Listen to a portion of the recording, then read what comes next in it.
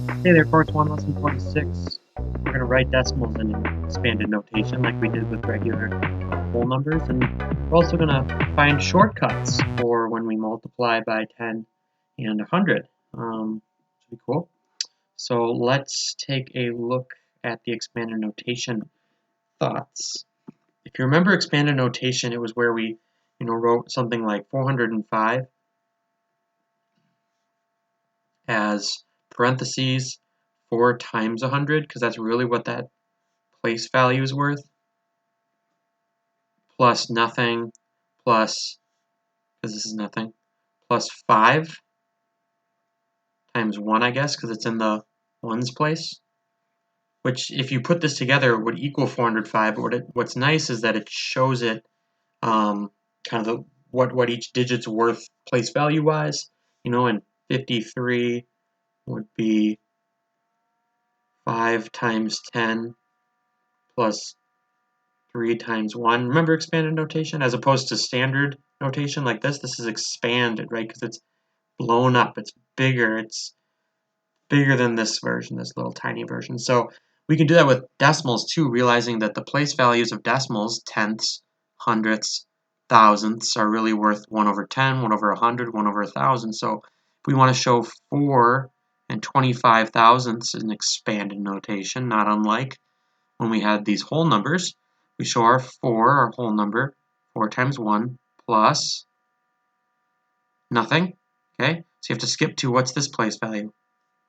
That's hundredths. So we're going to put 1 over 100, or a hundredth, right? It's right in the name of the place value, times whatever the number was, 2. And then 1, 2, 3, third number after the decimal is going to be thousandths. So we show 5 times 1 over 1,000. You add all this together using parentheses to organize, and you get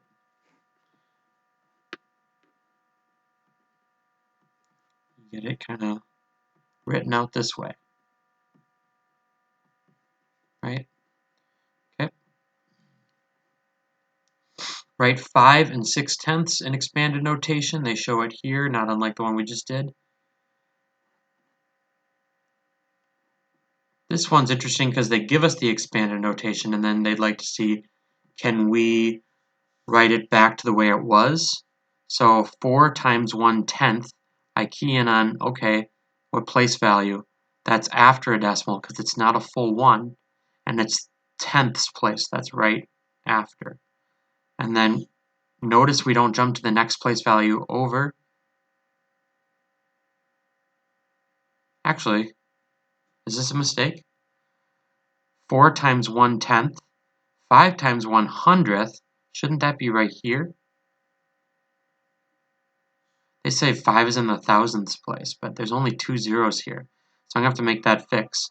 If it would look like this, it would look like this. If it's in the thousandths place, that would mean that there's an extra 0 here, and then you'd get this. So just watch out and make sure you know your decimal places. When we multiply whole numbers by 10 or by 100, we can find the product mentally by a shortcut where you just attach zeros, or when you think about it, you're moving the decimal. So 24 times 10 really means let's make these place values worth 1 bigger, moving them forward and leaving a gap between the number and the decimal that we have to fill with a placeholder. 240, just check. 24 times 100 in your calculator will equal this. Well, what did we do? We didn't change the 2 and the 4, we just moved them over, right? Or really, we took the decimal that was here and we move it to the right 2 times. You could think of multiplying by tens and hundreds as counting up how many zeros are there.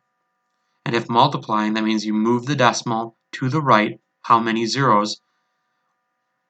Or like the book says, take the zeros that were there and attach them to the end of your product, okay?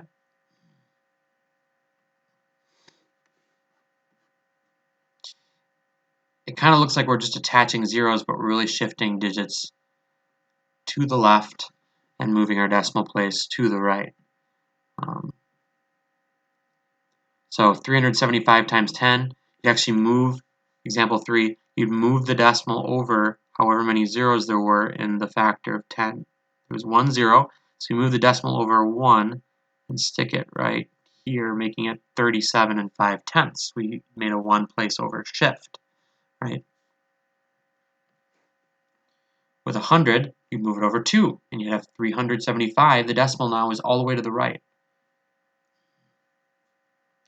If we have a fraction, we'd move the top part. 1.2 times 10 becomes 12, because we moved the decimal over however many zeros there were, 1. Now there's 1 0 here, for 4/10 becomes a full 4. And we make sure we can't reduce, which we can. Let's do 3 over 1, right? Or just 3. Please talk to me if you have any questions on any of these. I'm going to hope that you've got it all figured, and why don't you do A, B, C, E, F, N. A, B, C, E, F, N, please. Thank you.